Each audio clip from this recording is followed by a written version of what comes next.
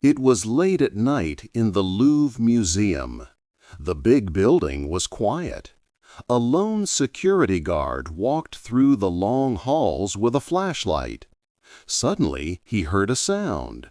Drip, drip, drip. Water. The guard followed the sound. He went to a hidden part of the museum, the Egyptian Antiquities Library. He opened the door. What he saw made his heart stop. Water was everywhere. It dripped from the ceiling, making puddles on the floor. Hundreds of old books sat in the dirty water. These books were very old, some from hundreds of years ago. They were important for learning about ancient Egypt. Their pages were getting wet, ink spreading, and paper turning soft. It looked like their knowledge was washing away. These books were special. No other copies existed. The guard stood there shocked. Only the dripping water and soft sound of soaking paper broke the silence. It was a silent disaster. Hundreds of irreplaceable books were damaged. This was a great loss. Their knowledge was important for scholars worldwide. But this flood was not a simple accident. Later, people found out something shocking. The pipe that burst had been broken for a long time. The museum knew about it. They knew it could cause a problem, but they did nothing. The faulty pipe was like a ticking time bomb. It was a problem they had ignored for years. What other dangers were hidden inside the museum? 2. A big problem. The water damage in the Louvre's Egyptian library was a very big problem. It was not just old books that were wet. Between 300 and 400 volumes were damaged. These were not common books. They were very important for understanding ancient Egypt. They included old Egyptology journals, scientific notes, and essential reference books. Many of them dated from the late 1800s and early 1900s. These materials are like the backbone of Egyptian history research. These unique books held knowledge found nowhere else in the world. They contained original records from important archaeological digs of the past. They had special details about discoveries made when archaeologists worked differently. Modern researchers cannot fully do their work without these exact volumes. Imagine a scholar studying ancient Egyptian temples. They might need information from one of these damaged books. If that book is ruined, their study might stop completely. It is like losing a vital piece of a much larger puzzle. The lost knowledge cannot easily be found again. Francis Steinbach, a deputy administrator at the Louvre, spoke about the flood. He explained that this incident showed more than just a broken pipe. It pointed to bigger issues inside the museum. An expert on cultural heritage agreed. They said this kind of negligence was a clear sign of institutional rot. This means the entire museum system had deep problems, not just a single bad pipe. People started to wonder, what was the real cause of this rot? What else was wrong behind the museum's famous walls? The quiet disaster of the flooded library was already a huge concern. But then people remembered something else. Just weeks before this flood, the Louvre had faced a very loud, very public disaster.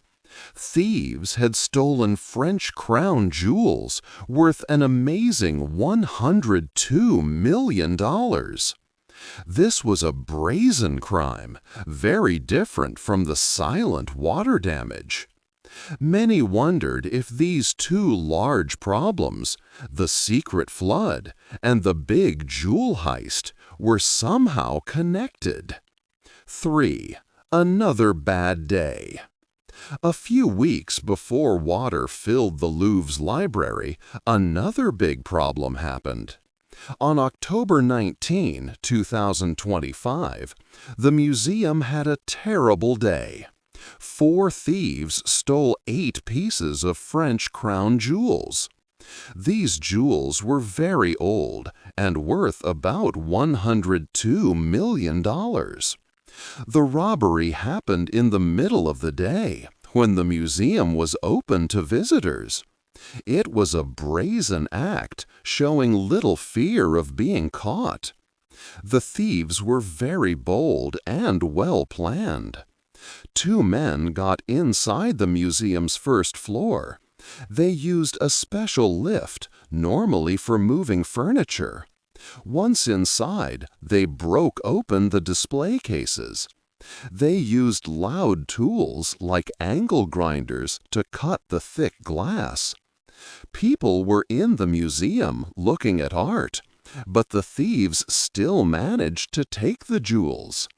There was no quick alarm.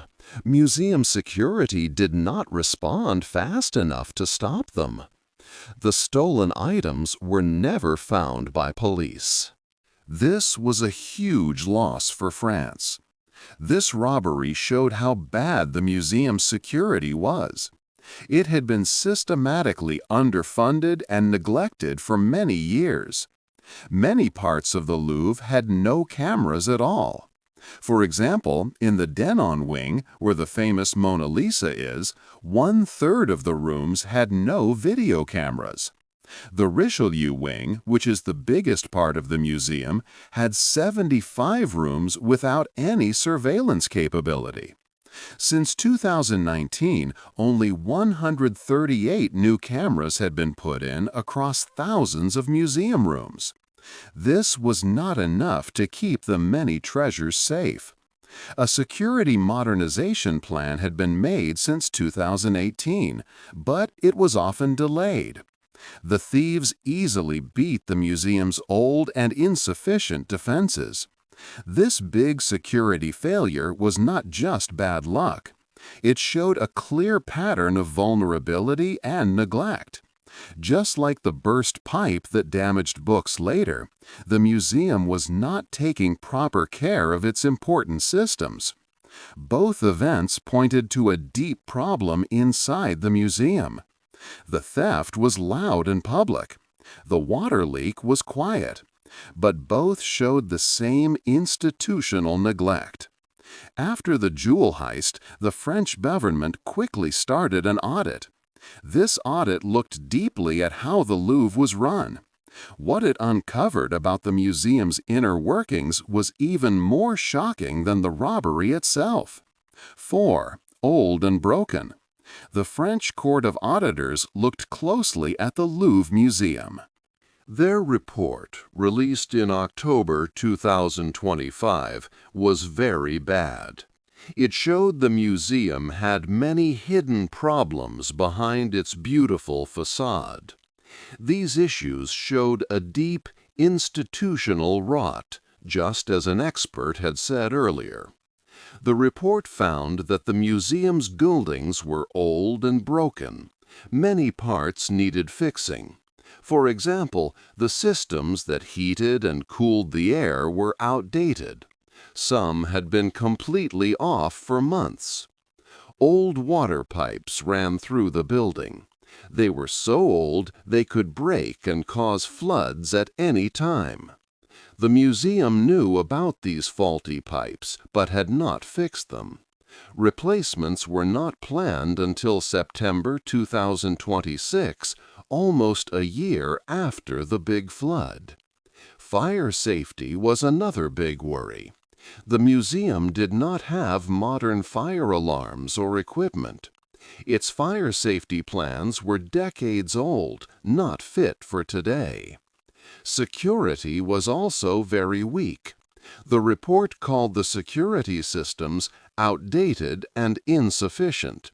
It even showed that the Louvre had used its own name, Louvre, as a simple password for its camera server in 2014. This was a very shocking lack of basic safety. The audit showed that the museum spent little money on important things like maintenance. Between 2018 and 2024, only 26.7 million euros went to basic repairs. But it spent more than 4 times that amount, 105.4 million euros, to buy new art. For security, out of 83 million euros needed, only 3 million euros were spent. The findings made people feel sad and angry. The Louvre is a very important place, holding priceless history, but its own home was slowly falling apart inside. The report listed one shocking detail after another. Each new finding showed how much the museum had ignored its own health and safety. This report proved that the museum knew about all these dangers. They had the money to fix them, as their budget showed. So why did they not act? The answer was a simple but very frustrating choice about how to spend money. 5. Money and choices. The French Court of Auditors found clear answers about why the Louvre had so many problems. It was all about money and the choices the museum made. The museum had enough funds, but it decided how to use them. The audit looked at the years between 2018 and 2024. During this time, the museum spent money on different things. For basic maintenance and making sure the building was safe, the Louvre spent about 26.7 million euros. For fixing parts of the old palace that are historical monuments, it spent 59.5 million euros. This money was for important but often unseen work like fixing roofs or updating ventilation. However, the museum spent much more on other, more visible activities. It used 105.4 million euros to buy new artworks. It also spent 63.5 million euros to renovate and update its display rooms. This shows that buying exciting new art and making the museum look modern for visitors was a much bigger priority.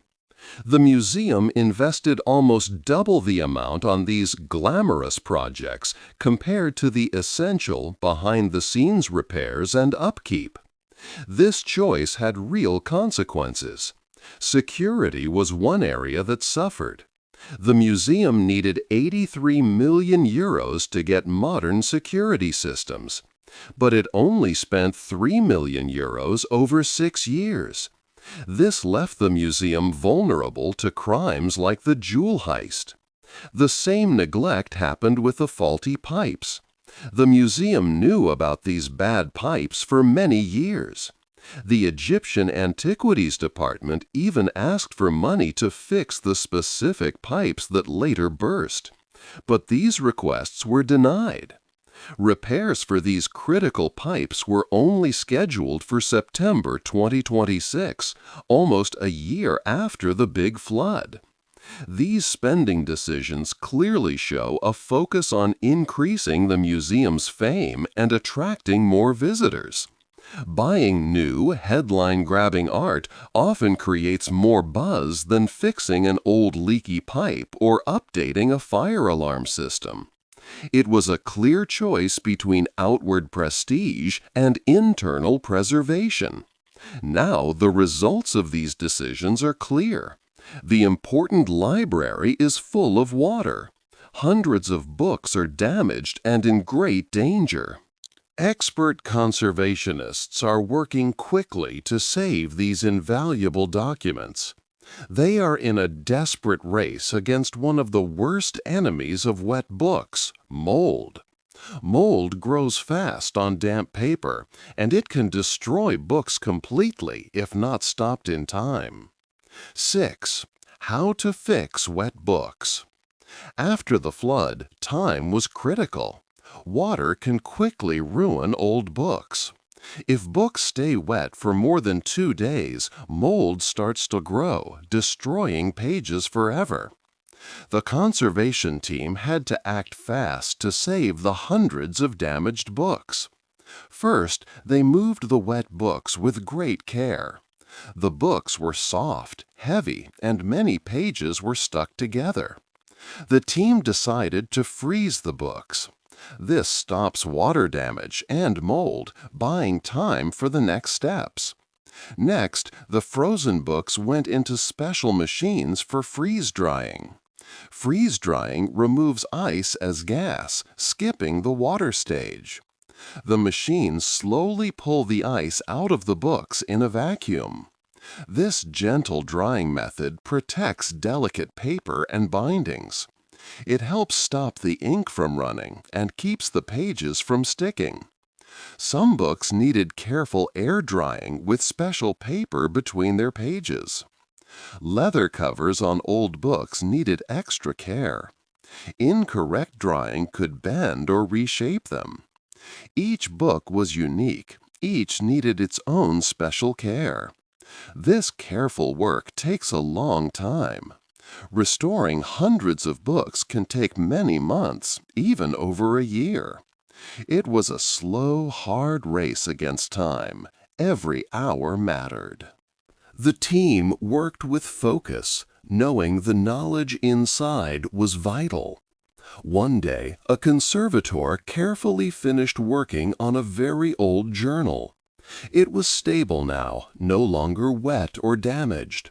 She looked at it and sighed. She thought about other museums.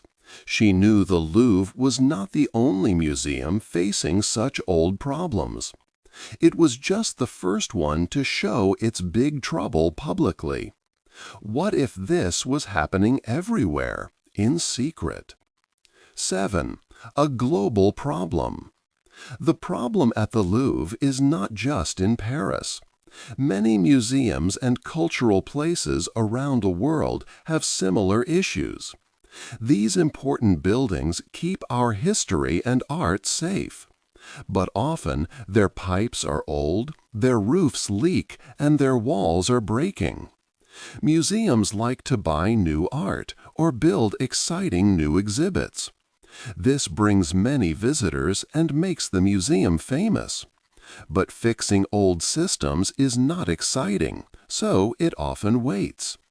This means that many old and beautiful buildings, full of our shared past, are slowly falling apart. It is a silent problem that can lead to big losses, just like the books at the Louvre. Our knowledge and history are at risk everywhere. French President Emmanuel Macron has heard the warnings. He has announced a big plan for the Louvre. It is called the Louvre New Renaissance. This plan will cost a lot of money, between 700 and 800 million euros, or about 820 to 930 million US dollars. The work will take many years, perhaps 10 years or more. The money will pay for new pipes, safer systems, and better places for visitors. But who will pay for this huge project? The French government will give only a small part, about 10 million euros for the start. Most of the money will come from the Louvre itself, from private people, and from companies. To get more money, the Louvre will ask visitors from outside Europe to pay more for tickets. Starting in January 2026, a ticket will cost 32 euros instead of 22 euros. This extra money will help pay for the big changes. The Louvre's problems are now a global example. It shows that we need to take care of our old buildings and what is inside them. But will this big plan be enough to save the Louvre completely? And if every museum needs such a large plan, who will pay for it all? 8. The future of the past. The French president, Emmanuel Macron, announced a big plan for the Louvre. It was called the Louvre New Renaissance. This plan would spend about $800 million over the next 10 years. The goal was to fix the museum's old parts and make it strong. It would create new spaces for art, build a new main entrance, and move the famous Mona Lisa to her own special room. This was a huge project. The Louvre decided to pay for most of it themselves, using money from tickets, gifts, and companies.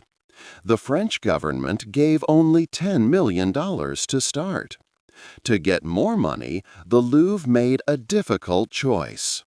They decided to raise ticket prices.